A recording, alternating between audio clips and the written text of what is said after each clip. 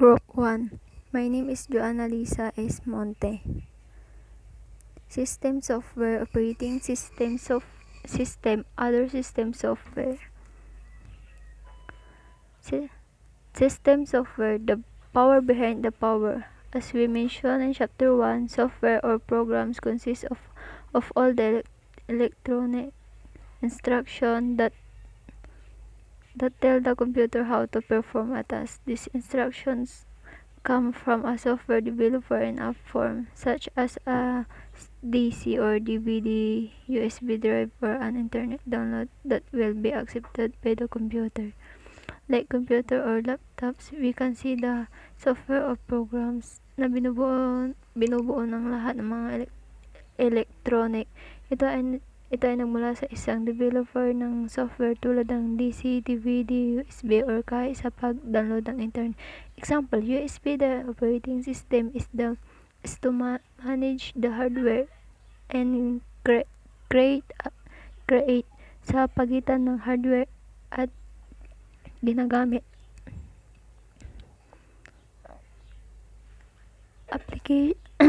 Application software is software that has been developed to solve a particular problem for user to perform useful work on specific tasks or to provide entertainment.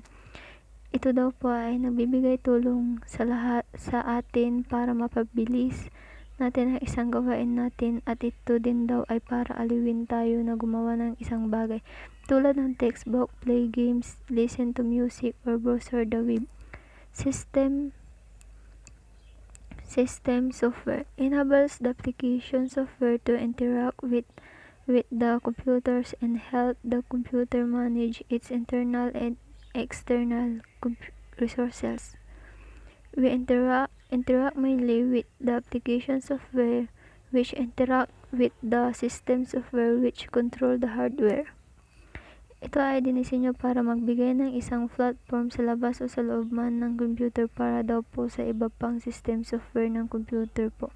Halimbawa ng Linux, Android, and Microsoft Windows, and search engines. New microcomputers are usually equipment not only with system software but also with some application software. Sasabi niya dito na ang bagong microcomputer daw ay hindi daw sa isa na system software kundi daw sa lahat or iba pang application software. At ito din ay maliit na microcomputers tulad ng laptop, smartphone, desktop, computer, monitor, and system unit. There are three basic components of system software that you need to know about cPanel 3.1. Number 1. Operating system. An operating system is the principal component of system software in any computing. Ito ay nangangahulugan sa isang computer na isang tao ang gumagamit at pinamamalahan niya ang memorya ng computer at mga proseso nito, pati na ang lahat ng software at hardware nito.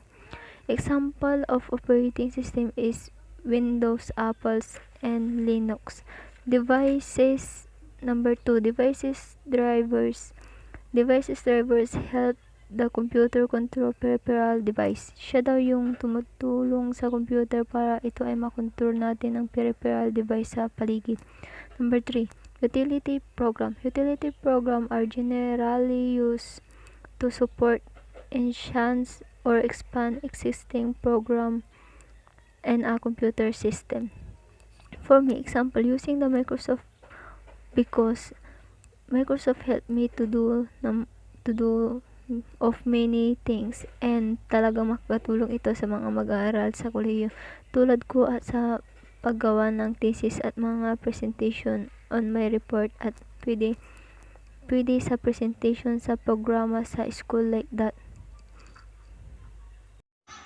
So, my name is Mark Andre B. Amarillo, and this is Group 1. This is my report. The operating system, what it does. The operating system, also called the software platform, consists of the low-level master system of program that manage the basic operation of the computer. These programs provide resources of many kind.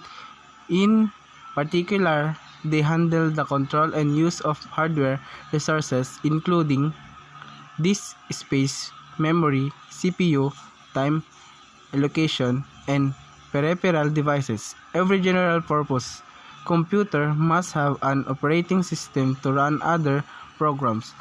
The operating system allows you to concentrate on your own task or application rather than on the complexities of managing the computer. Each application program is written to run on top of a particular operating system. And microcomputer.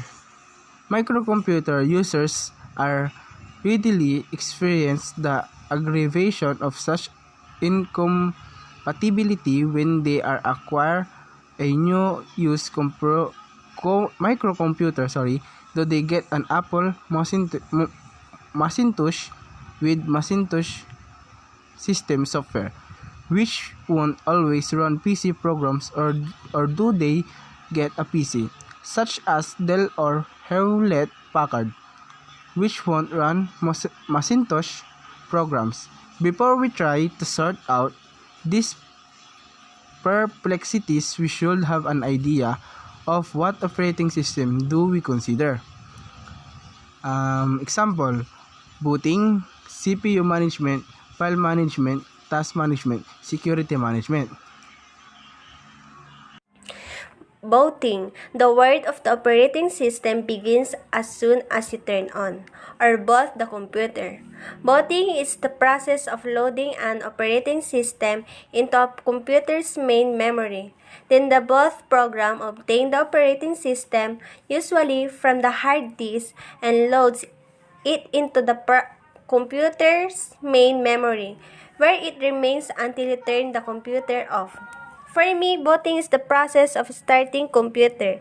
It can be initiated by hardware such as a button press, cold boot, and warm boots. When you power up a computer by turning on the power on switch, this is called cold boot.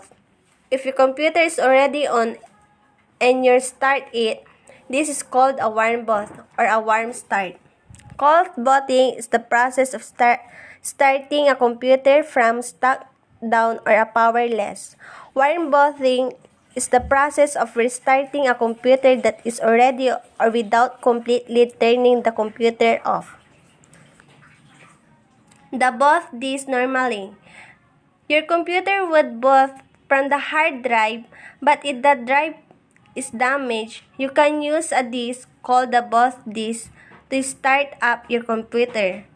A boot disk is a floppy disk or a CD that contains all the files needed to launch the OS. A boot disk, these are the removable digital data storage medium from which a computer can load and not load an operating system or utility program. CPU management. Let you limit how much CPU capacity individual process can use, and this is the central component of operating system. Memory management. The operating system also manages memory. It keeps track of the location within main memory, when the programs and data are stored. It can swap portions of data and programs between main memory and secondary storage, such as your computer hard disk, as so-called virtual memory. Security management. Operating system allows users to control access to their computers, especially important matter when several people share a computer on the same computer network.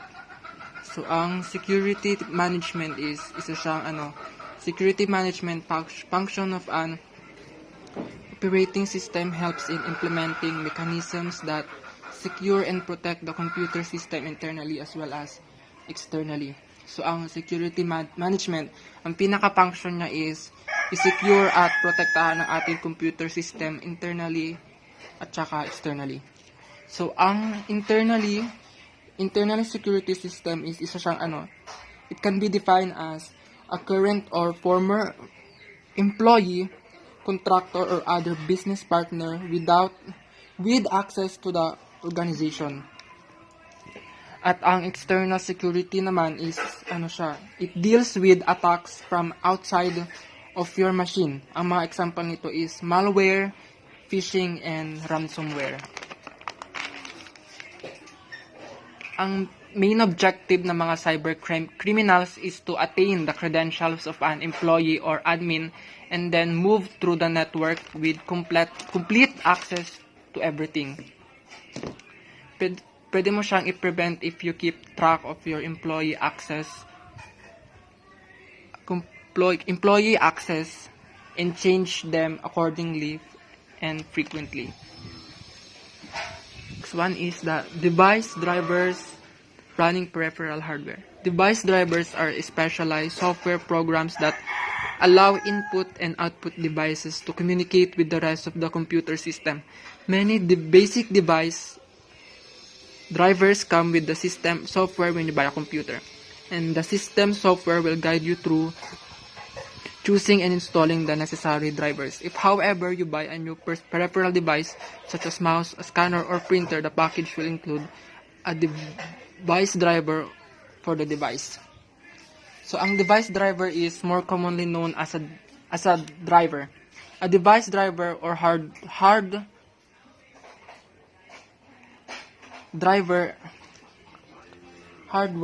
driver is a group of files that enable one or more hardware devices to communicate with the computer's operating system.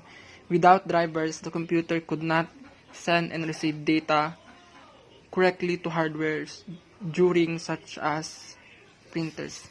So, kapag walang drivers is yung computer mo is hindi siya makakapag-send and makakapag-receive ng data correctly to hardware during such as printers. Utilities service program. Utility program, also known as a service program, perform tasks related to the control and allocation of computer resources. Practical action. The first one is utility programs are incorporated into the operating system. Others, such as antivirus programs, are sold as standalone programs. So, ang utility program is isa siyang system application na nag-execute ng isang specific task, generally pertaining to optimal maintenance or operation of the system resources. Merong function ang utility programs. Ang mga halimbawa nito is system utilities, file management utilities, storage device management utilities, at